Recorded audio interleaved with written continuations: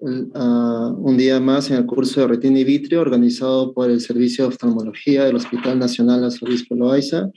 El día de hoy contamos con la presencia del doctor Rodrigo Arana, quien expondrá el tema de retinopatía tóxica medicamentosa, hidroxicloroquina y metanol.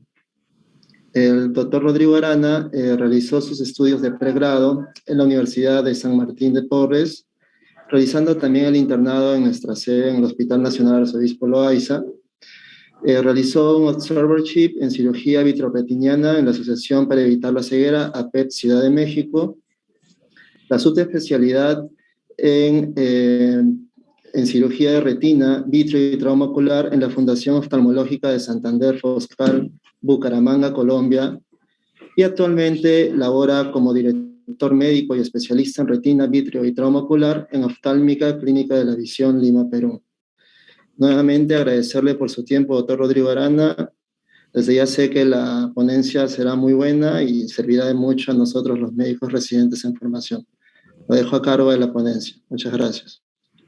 Muchísimas gracias, Julio. Muchísimas gracias al doctor Barriga por la invitación a este curso, que es un curso que ya he presentado algunos temas ya hace como unos 2 o 3 años.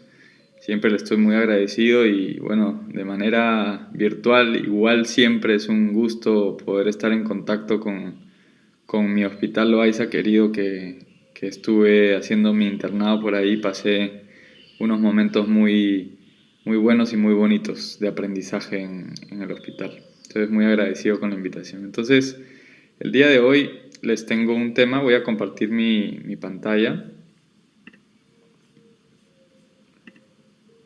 Ahí pueden ver la presentación. Sí, Rodrigo. Sí, bien. Ok, perfecto. Bueno, entonces hoy les traigo un tema un poquito, digamos, poco tocado, ¿no? Sobre todo cuando uno ya está haciendo la vida diaria de retinólogo, en mi caso, en la parte privada, pero es un tema supremamente importante. Ya vamos a ver por qué. Es algo bastante subdiagnosticado, de hecho, y cada vez contamos con nuevos métodos diagnósticos especializados que nos pueden dar en realidad la prevalencia real de este tipo de retinopatías tóxicas asociadas a, en este caso, que vamos a hablar de la hidroxicloroquina y el metanol.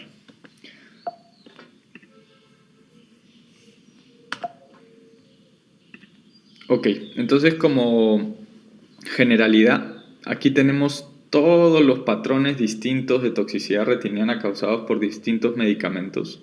Miren que esta es una lista bastante alta, bastante grande, con varios medicamentos que probablemente muchos de nosotros nunca hayamos visto, ¿no? Que estemos en busca de digamos, poder diagnosticar, pero esta lista resume básicamente lo que nosotros tenemos que tener por lo menos como conocimiento general, y algunas de ellas como conocimiento muy claro en nuestro argot para poder tener elementos de diagnóstico importantes, ¿no?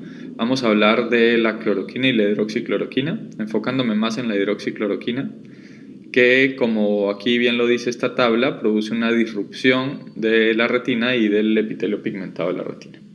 Y como miscelánea vamos a hablar un poco sobre el metanol. Es un tema bastante interesante también, sobre todo porque es una enfermedad y una toxicidad que produce una morbimortalidad muy alta, ¿no? Entonces vamos a empezar con un par de casos clínicos que les he traído el día de hoy. Este es un caso clínico de una paciente femenina de 57 años que se presenta a un servicio de retina especializado con fotopsias bilaterales desde hace 2 años. Ella, como antecedente médico importante, tiene un diagnóstico de un síndrome de Sjögren y una artritis reumatoide. Está en manejo con el departamento de reumatología con hidroxicloroquina, metotrexate y prednisona. La dosis de hidroxicloroquina son 200 miligramos 2 veces al día. Esto equivale a 6.5 miligramos por kilo de peso. y ya lo está usando por aproximadamente 10 años.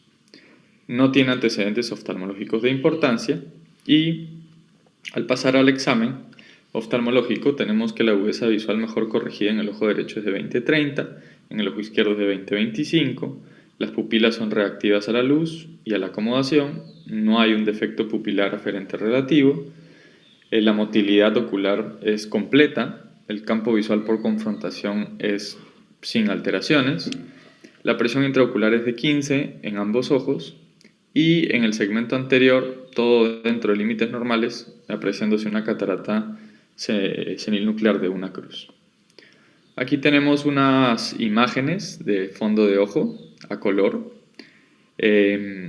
Tenemos el ojo derecho y el ojo izquierdo. No sé si alguien se anima a describir un poco estas imágenes. Alguien que se anime de los que están presentes, de los residentes, quizá a describir un poco estas imágenes a color. Te aseguro que Mariel quiere. Ah, listo. A ver, Mariel. Acércate al micro, Mariel. Doctor.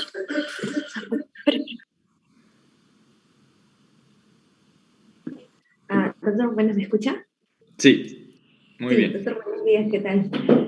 Bueno, veo una retinografía color de ambos ojos en realidad, ¿no? Puedo ver un nervio de bordes definidos con una relación cupa-disco de 0,6. Las arcadas vasculares las veo bien, no encuentro mayor tortuosidad, pero a nivel de la mácula pareciera que a nivel foveal hubiera un aumento en la coloración, en el pigmento de la región foveal. Ok, muy bien, sí. Ahí lo único que faltó en tu descripción es primero, bueno, como yo normalmente describo la fotografía, son los medios, ¿no? Los medios son aparentemente claros, ¿no? Para tener eso como idea clara. Efectivamente, si vemos estas fotografías de fondo de ojo, retinografías a color de ambos ojos, podemos observar que hay lo que nos llama más la atención, hay este cambio de coloración en la zona foveal y parafoveal, ¿no? Cuando nosotros vemos este tipo de cambios de coloración con aumento de esa trama, de que inclusive se pueden lograr ver algunas imprinting coroideo, ¿no? Podemos sospechar de que algo está sucediendo con la retina a ese nivel, ¿no? Normalmente cuando vemos mayor coloración es porque vemos más LPR y podemos inferir o podemos sospechar de que hay un adelgazamiento de la retina en esa zona, ¿no? Entonces, por ahí va la cosa. Bueno, ¿alguien que quiera describir estas imágenes?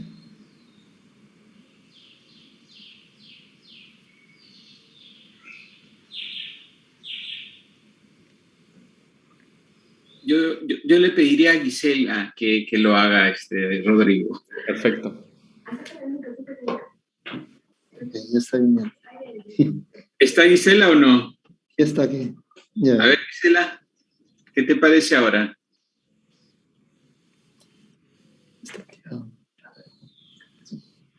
Sí, doctor, buenos días. Bueno, veo mayor hipofluorescencia en el área macular en ambos ojos y rodeados por un halo hiperfluorescente, mayor en el ojo derecho, ¿no? En la parte inferior, cercana o adyacente a la arcada vascular inferior. Ok, bien, entonces este examen es una angiografía fluoresceínica, ¿no? Que básicamente es el contraste. Siempre que describamos estas imágenes hay que tener en cuenta la fase en la que está el examen, ¿no?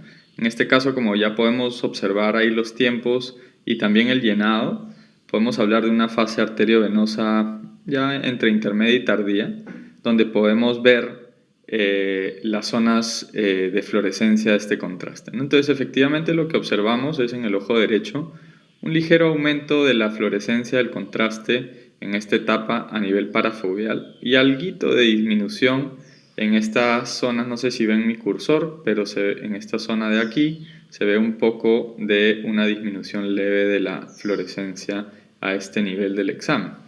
Luego en el ojo izquierdo podemos tener unas áreas, podemos llamar algo de un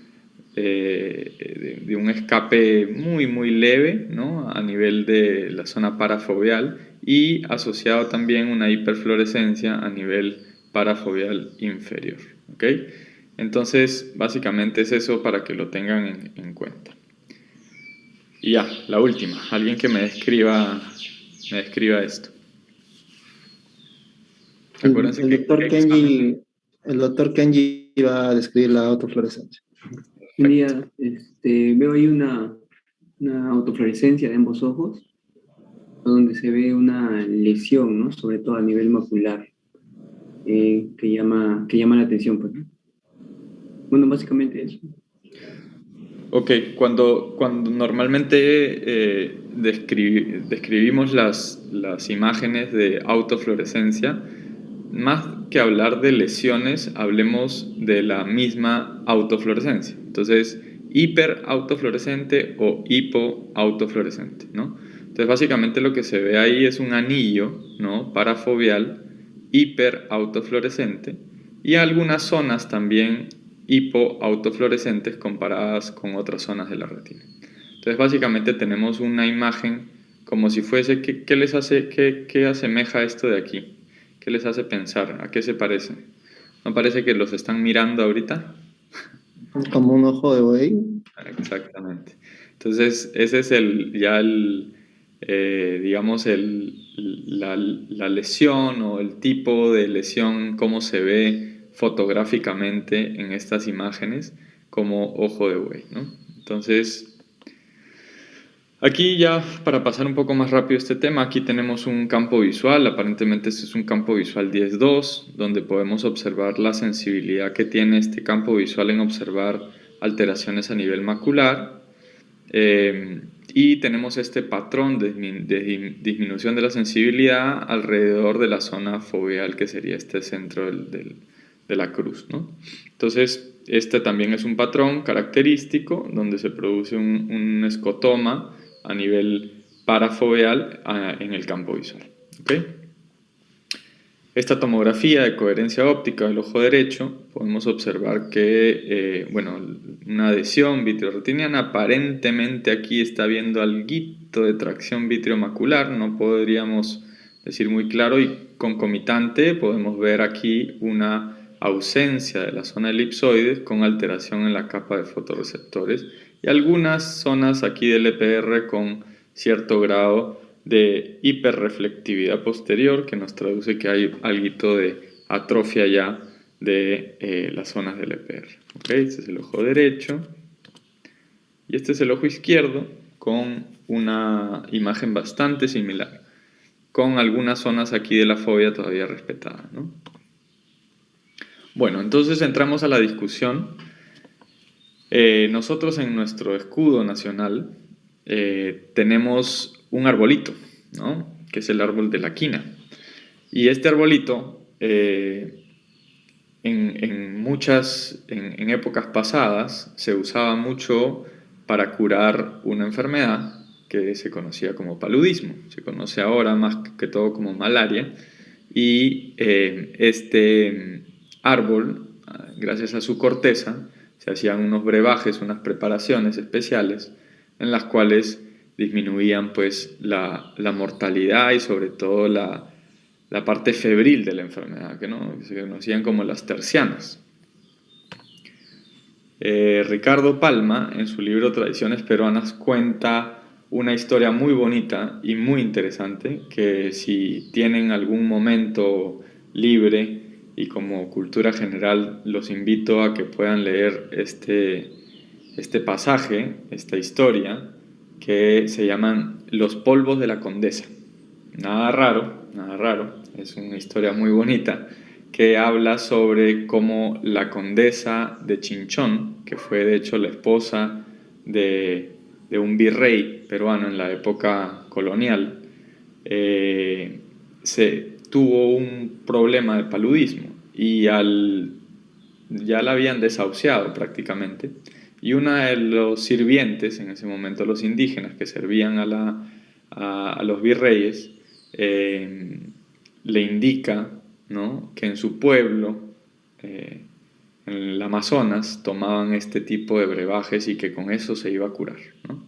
Entonces le preparan el brebaje a escondidas del virrey, obviamente, porque si no los mandaban a matar, y la condesa, oh maravilla, al día siguiente se empieza a curar, ¿no?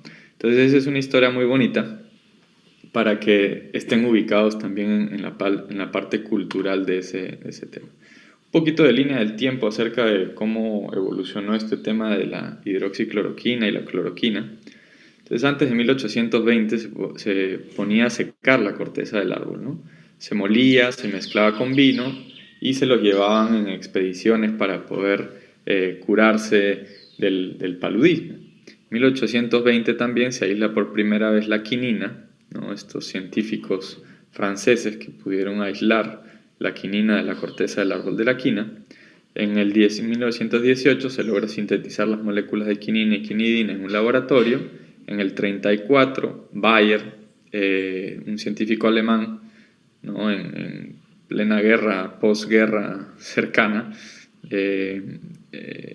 descubre la cloroquina, ¿no?, y trabaja para Bayer, y Bayer empieza a producir este fármaco. Y durante la Segunda Guerra Mundial, Bayer pasa la fórmula a los americanos un poquito amenazados, ¿no?, posguerra, quienes se aprovechan de esta situación y lanzan la fórmula y le ponen de nombre Aralen. Luego de la Segunda Guerra Mundial, la OMS lanzó como primera línea de tratamiento antimalárico la cloroquina y el DDT. Y en el 1950 se sintetiza un derivado hidroxilado de la cloroquina que se conoce hasta el día de hoy como la hidroxicloroquina, que es 40% menos tóxica que la cloroquina, ¿no? Básicamente tenemos una estructura, ya un poquito hablando de la farmacología, tenemos una estructura 4-aminoquinolina, y dependiendo si tiene un anillo hidroxilado o no, se va a llamar cloroquina o hidroxicloroquina. La farmacocinética muy breve. La hidroxicloroquina se administra como sulfato, la cloroquina como fosfato. Ambas son álcalis débiles, bases débiles, se absorben en el tracto gastrointestinal superior y tienen una vida media larga de 40 a 60 días por su amplia distribución intra y extracelular, por lo mismo que es una base débil, ¿no? Se pega muy bien a los lisosomas, a las grasas, y tiene una distribución intra y extracelular. Por ser una base débil se acumula en vesículas ácidas como los lisosomas, que esta es la principal función y acción de este medicamento a nivel lisosomal, y tiene una predilección fuerte por la melanina. Acordémonos que la melanina la tenemos en diferentes zonas, pero básicamente para estos casos de retinopatía tóxica en el EPR y en la piel. La depuración renal disminuida, en pacientes que tienen una depuración renal disminuida, aumenta la biodisponibilidad en la sangre, por lo cual tenemos que hacer estos ajustes en pacientes que tienen generalmente asociaciones, ya que son pacientes con enfermedades autoinmunes que también pueden tener problemas renales.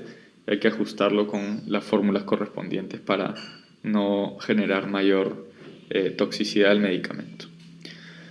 En cuanto a interacciones farmacológicas conocidas, bueno, ambas son sustratos para enzimas del citocromo P450, aumenta 4 veces la concentración de digoxina, aumenta la concentración del metoprolol, prolongan el intervalo QT, como ya seguramente muchos hemos estado pendientes de la hidroxicloroquina en tiempos de COVID, y hablábamos y discutíamos mucho sobre los perjuicios, ¿no?, y las posibles toxicidades. En cuanto al tamoxifeno, aumenta el riesgo de toxicidad retiniana por cloroquina e hidroxicloroquina, entonces tener mucho cuidado en la asociación de pacientes que estén tomando tamoxifeno, ya que vamos a tener un mayor riesgo de toxicidad retiniana por cloroquina e hidroxicloroquina. Disminuye la absorción de metotrexato y aumenta la de ciclosporina. ¿Cuáles son los mecanismos de acción? Bueno, como antipalúdico, esto es nada más como cultura general, el parásito Plasmodium falciparum, Vivax, dependiendo de qué parásito es el que está haciendo la infección, es transmitido por el vector Anopheles. Este parásito tiene un ciclo intraeritrocitario. de multiplicación y destrucción de glóbulos. Entonces la cloroquina lo que va a hacer es va a actuar en el ciclo del parásito intraeritrocitario. Se va a llamar esta acción farmacológica como esquizonticida, ¿no? Entonces básicamente lo que hace es inhibe la producción de ferriprotoporfirina 9, que es como la comida del parásito, y esta va a ser disminuida por aumento del pH gracias a la cloroquina, que es una base, y va a generar una cascada de lisis de los parásitos, ¿no? Como efecto inmunomodulador, bueno, tiene la característica, la hidroxicloroquina, de tener un lisosomotropismo, se acumula en los lisosomas. Esto es muy importante porque los lisosomas van a ser básicamente las vacuolas que degradan todas los detritus celulares y van a ser un elemento clave en la presentación de antígenos. Entonces, si tenemos un lisosoma que podemos bloquear, podemos hacer que no funcione tan bien, los antígenos y toda la cascada de inflamación o proinflamación se va a ver disminuida, ¿no? Entonces inhiben la función lisosomal aumentando el pH, se inhibe la función de los linfocitos, de las células presentadoras de antígenos, de los complejos mayores de histocompatibilidad.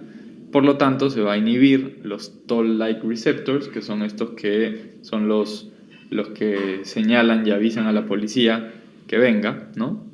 Y esto va a producir una inhibición de producción de citoquinas proinflamatorias. Entonces, estos fármacos, como la cloroquina y hidroxicloroquina, se conocen como los DMARDs, ¿no? Los Disease Modifying Antirheumatic Drugs. Entonces, eso es algo importante. Cuando ustedes vean DMARD, ya saben que están hablando que es una droga antirreumática que modifica la enfermedad. Y uno de ellos, importante, es la hidroxicloroquina. Esto es básicamente un resumen, ¿no? Donde tenemos toda la zona de presentación de antígenos, toda la cascada de presentación de antígenos y donde va a actuar la hidroxicloroquina dentro de los lisosomas, inhibiendo toda esta cascada de presentación mayor de histocompatibilidad y por ende disminuyendo toda la cascada proinflamatoria.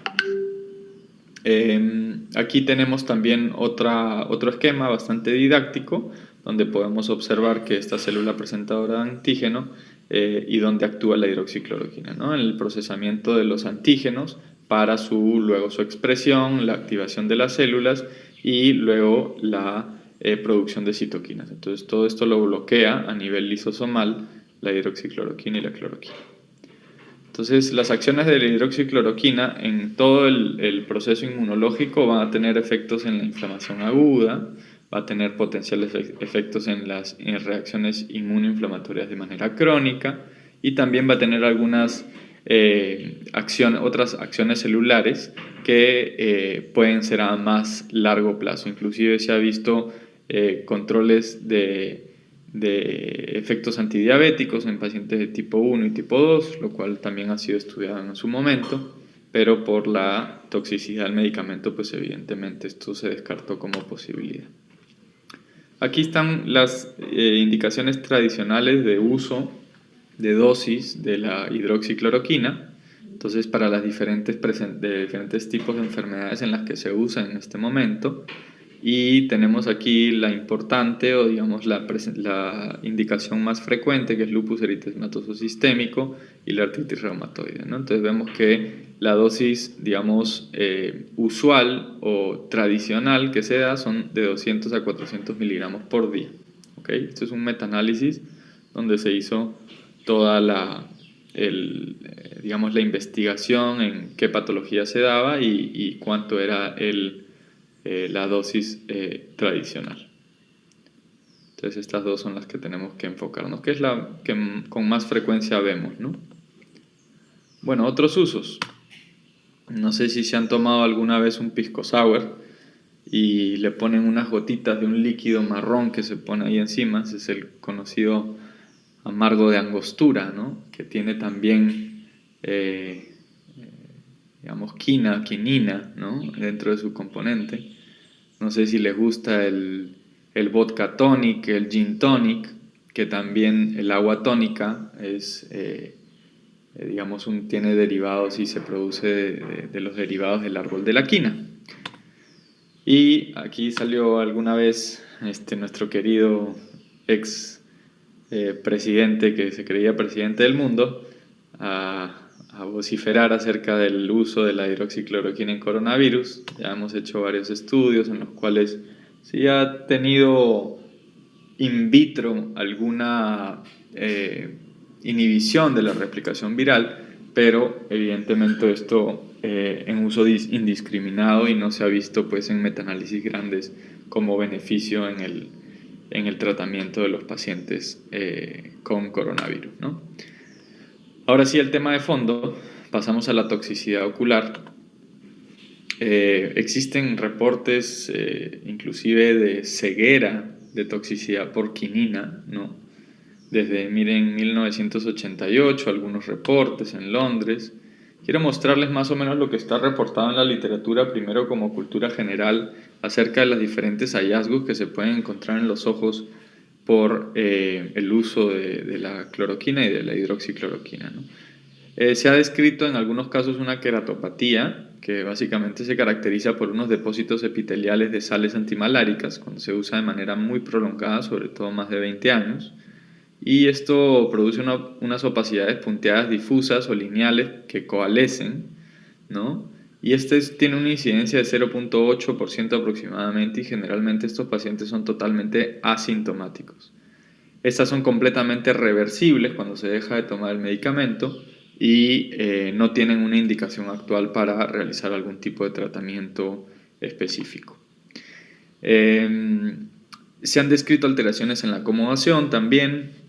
Un paper donde mostraba algunas alteraciones en pacientes asociados a la acomodación, ¿no? Esta dificultad en Tiene que cambiar tener rápido. lágrimas. Hay lágrimas que han salido ya sin lubricante, sin ¿cómo se llama? Claro. Sin conservante. Es una pregunta para mí, no entendí muy bien la... No, creo que era una interrupción, ya. Rodrigo. Sí, Ok, pensé que era disculpa. una pregunta. Ya. Ok, muy bien, entonces continúo. Existe también reportes, como les comentaba, de esta dificultad en cambiar rápidamente de foco, como una alteración en la acomodación. Esto extremadamente raro y solamente ha sido reportado con dosis de cloroquina, pero más no lo he visto reportado con hidroxicloroquina. Y tampoco hay una asociación claramente causal, ¿no? En el cristalino, catarata en más del 20% de pacientes tomando cloroquina, no en hidroxicloroquina. También es muy difícil generar una asociación causal directa, pero es algo que está reportado en la literatura y se los comparto como para tenerlo en cuenta. Se han descrito algún tipo de cataratas específicas como pequeñas opacidades blancas subcapsulares posteriores, más que todo en el área periférica del cristalino y no tanto en el área central.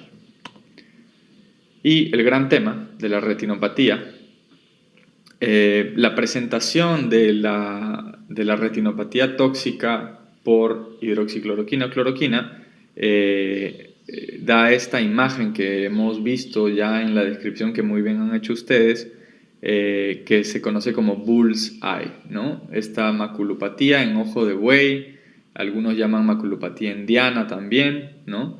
Esto básicamente se va a presentar como una alteración en fotorreceptores, ¿no? Más que todo en la zona elipsoides, en la unión de los segmentos internos y externos de los fotorreceptores. También va a producir como consecuencia una alteración en las células ganglionares y en el EPR, ¿no? Ya en etapas avanzadas, con inclusive atrofia del EPR en la zona perifoveal, ¿no?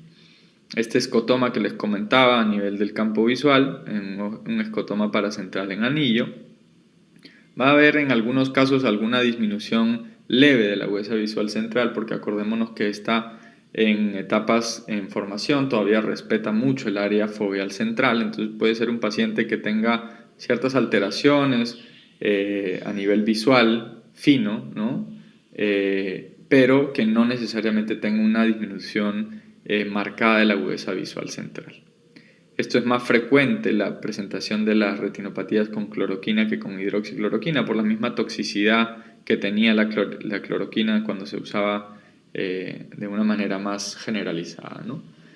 El riesgo es dosis por peso y tiempo dependiente. Entonces aquí hay unos números que les voy a decir que básicamente como para recordarlo mejor, todo paciente que use más de 10 años hidroxicloroquina tiene un 10% de riesgo de tener algún tipo de retinopatía.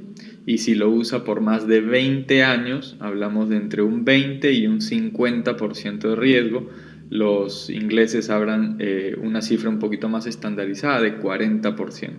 ¿Okay? Entonces, como para que se ubiquen en la línea de tiempo y podamos tener más o menos unos datos que podamos tener claros en la cabeza como al evaluar un paciente, ¿no? Entonces, 10 años de uso, 10% de riesgo, más de 20 años o 20 años de uso, 40%, entre 10 y 50%, ¿ok? Entonces, ¿cuál es nuestro ideal? ¿A qué debemos apuntar? Bueno, a detectarla antes que exista daño del EPR, ¿no? Que ya se vuelve algo irreversible. Entonces, aquí el comentario va más que, digamos, este es un tema multidisciplinario. Acordémonos que las enfermedades inmunológicas, pues obviamente van a ser tratadas por un reumatólogo especializado, y el reumatólogo debe tener bastante claro el protocolo de cuál es el screening de la retinopatía tóxica, que yo se las voy a explicar en un momento a ustedes, para poder hacer las interconsultas adecuadas, para poder llevar un acorde, digamos, evaluación completa del paciente, ¿no? Entonces esta es la imagen característica, ¿no? El ojo de buey con las alteraciones a nivel del epitelio pigmentado de la retina, el adelgazamiento de la zona elipsoides y esta imagen pues característica en etapas un poquito más tardías, ¿no?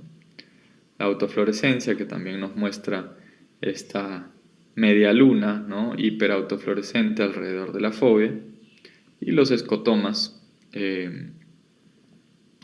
paracentrales a nivel de los campos visuales.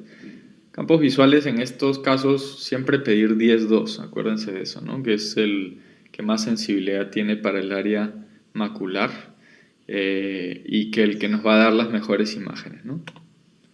Los cambios en el electroretinograma también son muy frecuentes, ¿no? El aplanamiento de las ondas, ¿no? Tanto en condiciones fotópicas como mesópicas, ¿no? Y escotópicas también, ¿no? Entonces también esto hay que tenerlo en cuenta. El aplanamiento de la onda B, ¿no? El flicker, miren cómo en condiciones de fotópicas cómo se va aplanando estas ondas, y esto es importante saberlo. Aquí el electroretinograma, una imagen más multimodal, ¿no? Donde tenemos una imagen de fondo de ojo a color, tenemos un OCT, tenemos una autofluorescencia y tenemos aquí un electroretinograma multifocal que nos puede ayudar a determinar qué zona, ¿no? Si vemos aquí exactamente esta zona, se correlaciona y podemos hacer una unidad clínica bastante bonita y poder tener esto como análisis para el paciente, ¿no? Y en base a eso ir trabajando en el tiempo. ¿Cuál es la fisiopatología para el daño retiniano? Entonces, hay algunas teorías.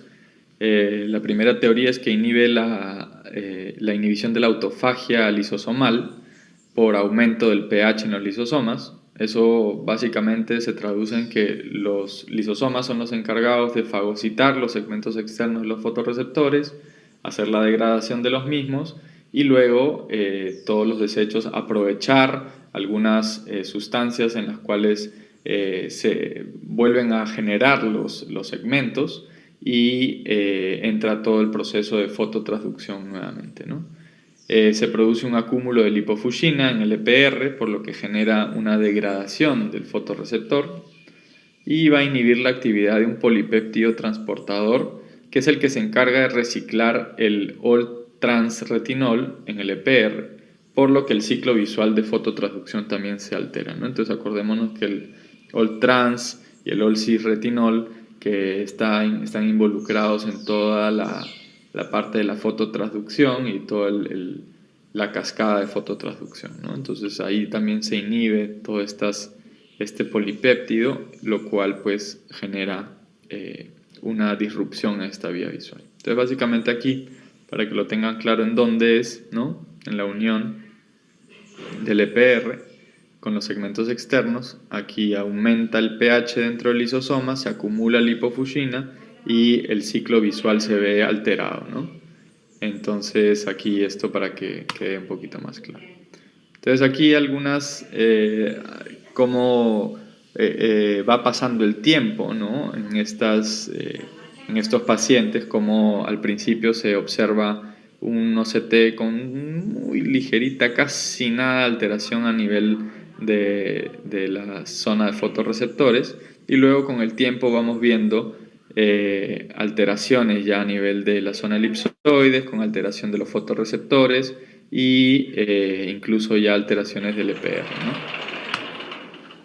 Entonces, aquí ya en etapas mucho más tardías, cuando ya vemos alteraciones a nivel del EPR y alteraciones también en los segmentos externos de los fotorreceptores, y como ya en etapas mucho más tardías la atrofia se vuelve más generalizada del EPR con esta hiperreflectividad posterior característica de las atrofias, ¿no? Y cómo el campo visual va acorde a todo esto, ¿no? Y les quiero comentar que también existe una presentación atípica en asiáticos, que esto es algo que hay que tener en cuenta también debido a la raza, ¿no? Nuestro país que es de muchas diversidades y tiene herencias genéticas importantes de origen asiático. Entonces esta presentación generalmente es de presentación más periférica, no tanto a nivel parafoveal o perifoveal como les he mostrado. Es un patrón más pericentral, ¿no? Y se recomienda el uso de la autofluorescencia de campo amplio en estos pacientes. Y también estudios aquí de campo visual 24-2 o 30-2 que nos permitan tener una valoración un poco más extensa del campo visual del paciente. Entonces miren estas presentaciones, ¿no? Antes veíamos pues que el ojo de buey, la presentación clásica era en esta zona de aquí, y luego miren esta presentación que nos logra definir este patrón de hiperfluorescencia, de hiperautofluorescencia en la zona más, digamos, perimacular, con presentaciones aquí bastante parecidas en el otro ojo, ¿no? Entonces aquí, perdón, esto era un red free, no era una autofluorescencia. Aquí está la autofluorescencia, donde mostramos aquí la zona, digamos, de alteraciones hiperautofluorescentes e hipoautofluorescentes en zonas ya más cercanas a los vasos sanguíneos, pero esta presentación atípica en pacientes asiáticos. Aquí también los OCTs, ¿no? Vemos que esta zona perifoveal, parafoveal, donde veíamos las alteraciones, se ven normales, y esta zona más periférica a nivel macular se ve ya las alteraciones a nivel del EPR con ausencia de la zona elipsoides y alteración de los fotorreceptores. El riesgo estadístico para toxicidad, esto también es algo importante que siempre hay que saber. Existe un estudio de 2.361 pacientes que usaron hidroxicloroquina por más de 5 años. Fueron evaluados con Spectral Domain OCT ahí no es O, sino I, campos visuales 10-2. Y la prevalencia total de este grupo fue de 7.5%. El determinante más crítico del riesgo de toxicidad se identificó que fue la dosis diaria, tomando en cuenta el peso corporal real, y se identificó que la dosis terapéutica recomendada máxima para estos pacientes va entre 4 a 5 miligramos por kilo de peso. Y eso es para hidroxicloroquina, y para cloroquina de 2.3 miligramos por kilo de peso. Este gráfico es bastante didáctico y muestra mucho lo que hace el tiempo y lo que hace la cantidad y la dosis por miligramo de kilo de peso. Entonces, la línea punteada azul es menos de 4 miligramos por kilo de peso, la línea punteada roja es de entre 4 y 5 miligramos por kilo de peso, y la línea verde es más de 5 miligramos por kilo de peso. Entonces vemos como el riesgo de toxicidad mostrado aquí y la duración de la terapia con hidroxicloroquina en los años. Vemos que a 10 años el que más riesgo tiene evidentemente es el que más dosis usa por kilo de peso, ¿no? Y si mantenemos unas dosis, obviamente a partir del año 20, ¿no? Tanto las dosis recomendadas con las dosis más bajas igual tienen un crecimiento y un aumento en riesgo de la toxicidad a partir del año 20. Hablamos siempre que a partir del año 5 empezamos el screening, como lo voy a mostrar acá en las recomendaciones. Entonces se hace un screening de base cuando empieza el paciente a tomar el medicamento con una examinación del fondo de ojo. Podemos inclusive tomar una retinografía color para ver cómo está. Tendríamos que añadir Spectral Domain OCT o campos visuales si ya notamos en este examen algún tipo de cambio. El screening anual debe empezar a partir del año 5 de su uso y más temprano en la presencia de factores de riesgo mayores, como son las dosis más altas, pacientes con alteraciones maculares previas y alguna otra comorbilidad que nos pueda generar mayor problema, ¿no? Aquí están los riesgos mayores identificados, ¿no? En cuanto a riesgo mayor, la hidroxicloroquina mayor de 5 miligramos por kilo de peso en el peso real, la cloroquina más de 2.3, la duración de uso de más de 5 años, si tiene algún clearance renal o una enfermedad renal que pueda aumentar disminuir la tasa de filtración glomerular, el uso de drogas concomitantes. Acuérdense mucho del tamoxifeno, porque yo he visto ya algunos pacientes en uso concomitante con tamoxifeno. Existe 5 veces más riesgo de generar retinopatía tóxica por hidroxicloroquina en el uso conjunto del tamoxifeno con la hidroxicloroquina. Y cualquier paciente con enfermedad macular que pueda afectar el screening o la susceptibilidad a la cloroquina e hidroxicloroquina. Aquí algunas guías basadas en evidencias del uso en las diferentes sociedades y academias a nivel mundial, cuánto es lo ideal. Básicamente todos muy parecidos, menos de 6,5 miligramos por kilo y menos de 400 miligramos al día, ¿no? Entonces, para que tengan eso claro. Hay una calculadora online que digamos, saca el riesgo del paciente según la dosis que tiene, ¿no? Según el peso, podemos sacar la dosis, el riesgo, la cantidad de dosis del día, la cantidad de miligramos por kilo de peso y el riesgo a 10 años y también a 20 años de padecer esta enfermedad o esta retinopatía, ¿no? En coronavirus la usábamos casi en 10 miligramos por kilo de peso. Obviamente esto se usaba por pocas semanas, ¿no? 1 o 2 semanas creo que era la indicación. Inclusive algunos oftalmólogos hicieron algún estudio y de opinión más que todo, y que no opinaban que el uso por estas 2 semanas no iba a causar una mayor toxicidad retiniana, y ese fue el consenso, ¿no? Ok, entonces hasta ahí lo de hidroxicloroquina. ¿Alguna duda que tengan hasta ahora? Pregunta. Todo muy claro. Todo muy claro. Muchas gracias. Muy bien, podemos continuar. Ok, perfecto. Entonces seguimos con un caso clínico más que les traje el día de hoy. Este es un paciente de 34 años, masculino, con una historia crónica de consumo de alcohol. Él llega a un servicio de emergencia refiriendo visión borrosa progresiva de 5 días de evolución, asociadas a fotopsias, desorientación y dolor abdominal severo. Y refiere ingesta de una botella de alcohol hace 3 días y no recuerda más, ¿no? Entonces ya sabemos por dónde va la cosa. Como antecedentes tuvo una apendicectomía hace 10 años, pero nada muy relevante. Al examen oftalmológico, la agudeza visual era movimiento de manos en ambos ojos, que no mejoraba. Al examen pupilar encontramos una midriasis media hiporreactiva a la luz, una motilidad conservada, un campo visual por confrontación no valorable por la mala agudeza visual del paciente, tenía una presión de 15 y 16 y a la biomicroscopía un segmento anterior dentro de límites normales. Y aquí, a ver, alguien que me quiera describir un poquito esto.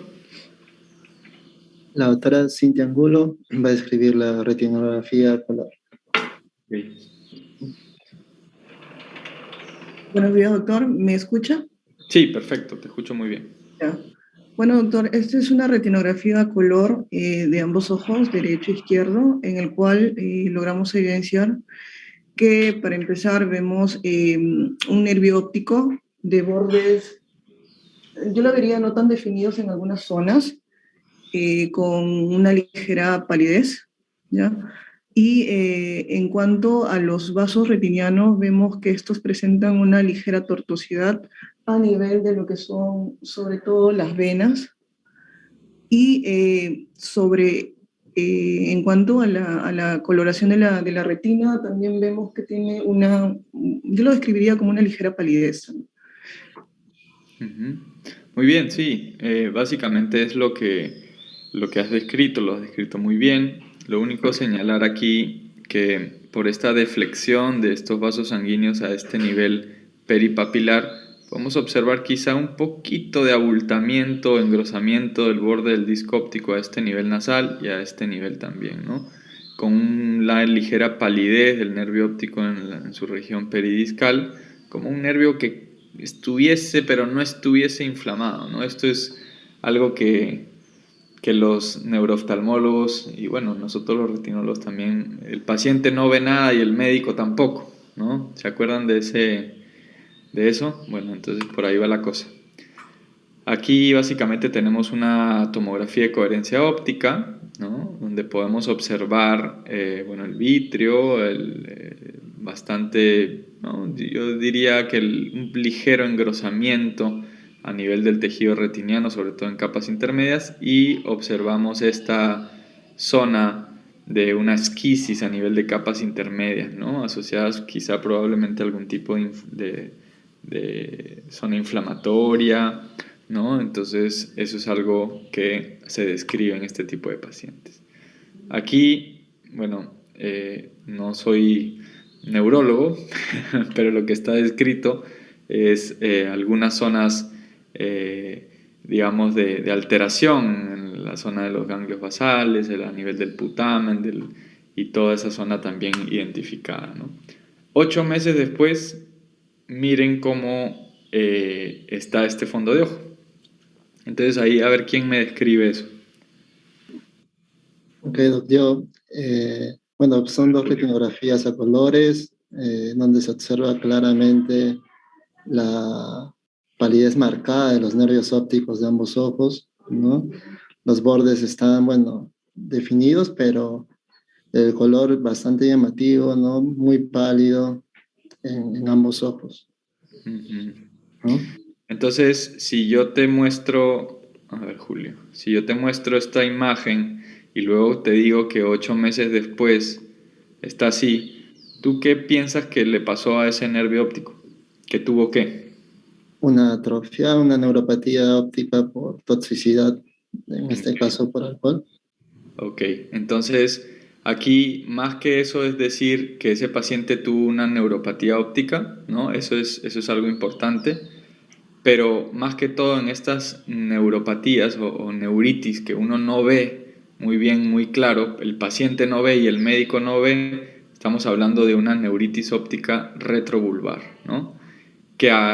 Lo que ya se ve cuando se produce todo el daño después y vemos un nervio pálido, un nervio con esta coloración bastante pálida, un aumento de la excavación que no glaucomatosa, digámoslo así, ¿no? Entonces entramos al bonito tema de la intoxicación del metanol, que es un tema interesante porque vemos ahí bastantes cosas que también pasan en el cuerpo y podemos hacer una asociación muy directa, ¿no? Entonces, el metanol básicamente la fórmula es esa, es un alcohol tóxico, incoloro y muy volátil.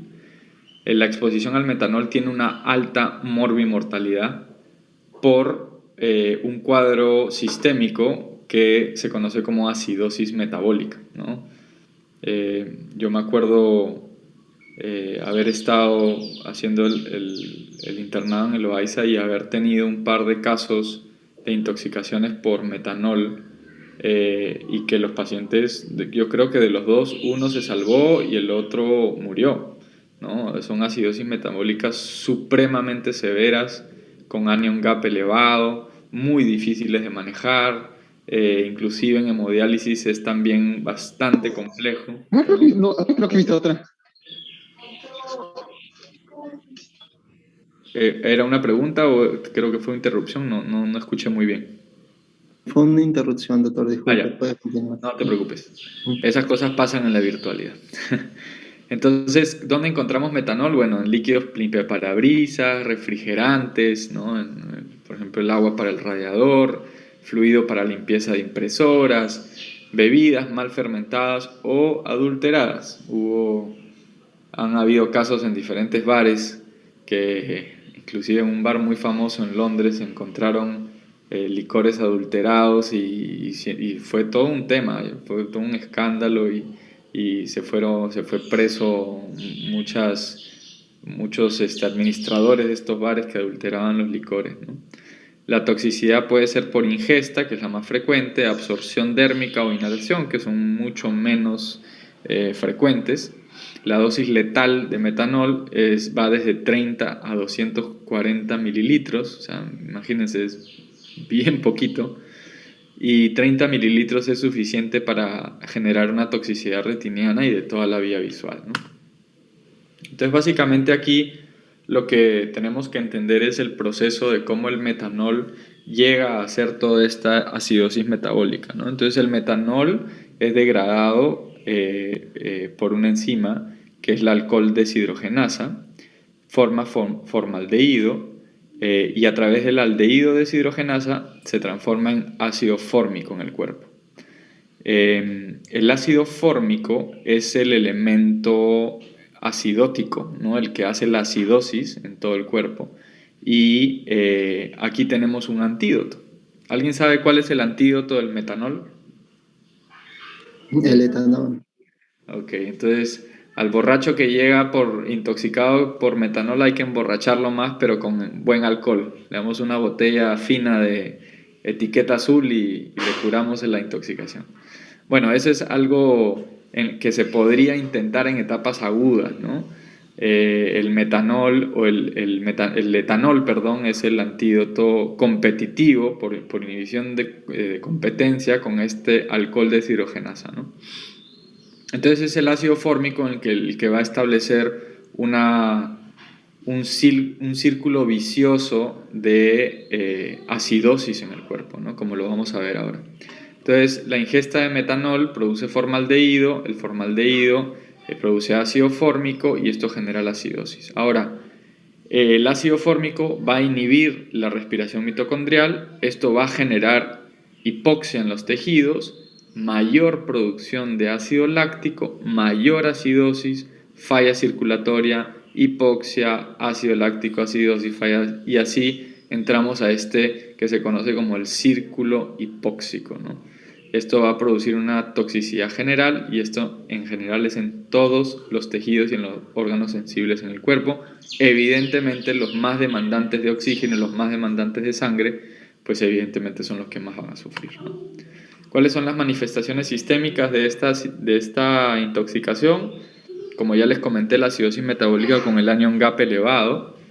Esto va a producir diarrea, vómitos, fatiga, alteraciones en el estado de conciencia y en la marcha, infartos hemorrágicos en el putamen y en los ganglios basales y alteraciones en la motricidad tipo parkinsonianas, ¿no? Hasta un 25% de los pacientes que se presentan en las etapas agudas pueden tener este tipo de sintomatologías.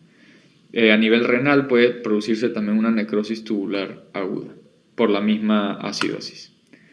Las manifestaciones oftalmológicas descritas, una disminución de la agudeza visual en 48 a 72 horas post-intoxicación. Existe este periodo de latencia, ¿no? Donde está produciéndose toda esta intoxicación por metanol, la acidosis y luego esta neuropatía o neuritis óptica retrovulvar, ¿no? Como manifestación subjetiva, fotopsias, escotomas centrales profundos y progresivos, lo característico que les había comentado como la presentación de la neuritis óptica retrovulvar, que es muy difícil de diagnosticar clínicamente, y presentaciones como neuroretinitis asociadas también a estas inflamaciones con posibilidad de que exista estas esquisis a nivel de las capas intermedias, que son las que más se asocian con la zona perineural, ¿no? Que básicamente es la zona que puede inflamar a nivel de la capa intermedia de la retina. Luego se produce una atrofia de las capas de fibras nerviosas, de las células ganglionares, básicamente toda la vía visual, y causa un aumento de la excavación neoglaucomatosa, ¿no? Estos nervios pálidos, excavados, ¿no? Y que tienen pues un evento previo el cual podemos identificar. Y la retinosquisis en capas intermedias, sobre todo en la nuclear interna, en etapas crónicas, se ha descrito y no hay una teoría muy clara acerca de por qué se produce esta retinosquisis. El tratamiento es la corrección de la acidosis, ¿no? Y esto va a ser, mientras más rápido se corrija, va a ser directamente proporcional al pronóstico visual, ¿no? El etanol, como les comentaba, o el fomepisol, que son los competidores de esta enzima, para disminuir la tasa de conversión de metanol a ácido fórmico.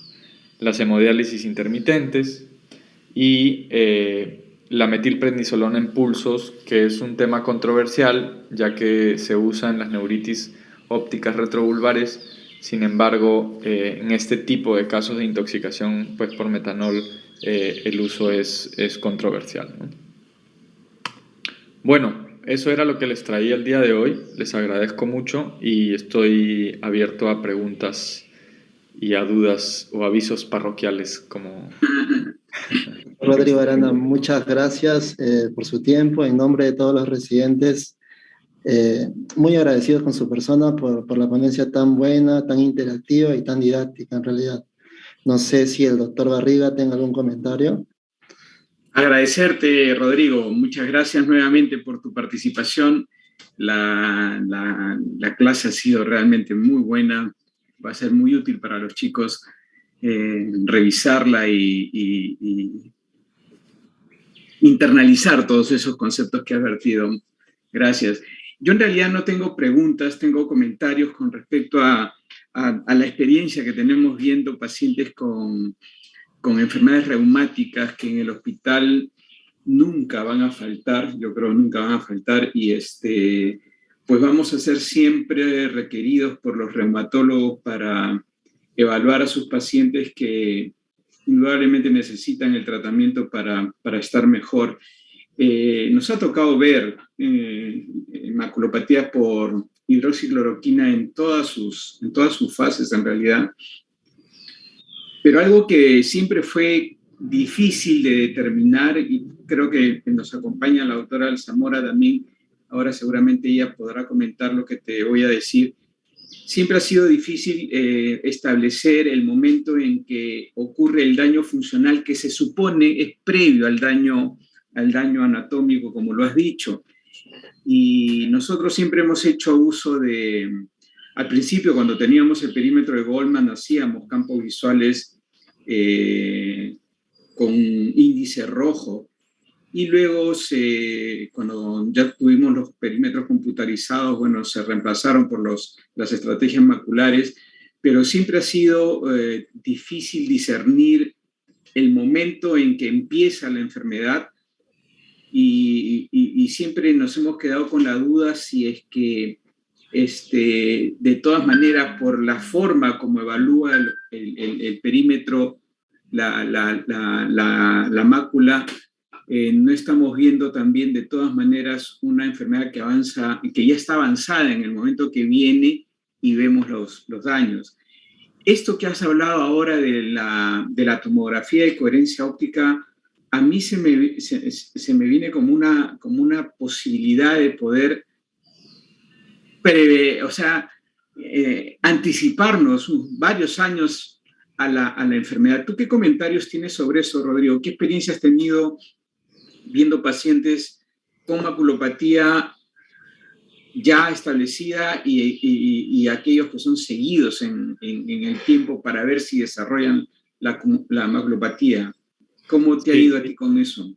Sí, yo estoy totalmente de acuerdo, doctor, con el comentario que hace, porque aquí la necesidad siempre es, uno cuando ve estos casos pues ya avanzados, uno le da bastante tristeza, ¿no? Porque cómo no vino antes, cómo no pude, ¿no? Poder verlo antes como para tratar de que no tenga una pérdida visual permanente, ¿no? Un déficit visual en el campo visual. Ahora, yo cuando estuve en Londres pude ver los avances tecnológicos en cuanto a microperimetría.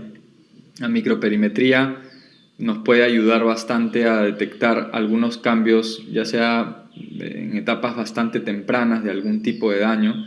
Eso es algo relativamente nuevo que está tratándose de usar en este tipo de retinopatías maculares, ¿no? que afectan sobre todo el área central. Y también el uso del Spectral Domain OCT, el Swept Source OCT, que nos puede identificar cambios a nivel, cambios muy sensibles a nivel de la zona parafoveal que nos pueden ayudar. Y como decía mi profesor de neurooftalmología en Colombia, nunca olvidarnos del electroretinograma, ¿no? Del electroretinograma multifocal, que en realidad es el impulso nervioso de las células a ese nivel y que nos pueden dar una aproximación bastante clara, sobre todo en el multifocal, ¿no? El que mide más el área central, de cómo está todo el sistema eléctrico en ese nivel, ¿no? De acuerdo, muchas gracias. Hay preguntas me parece que hay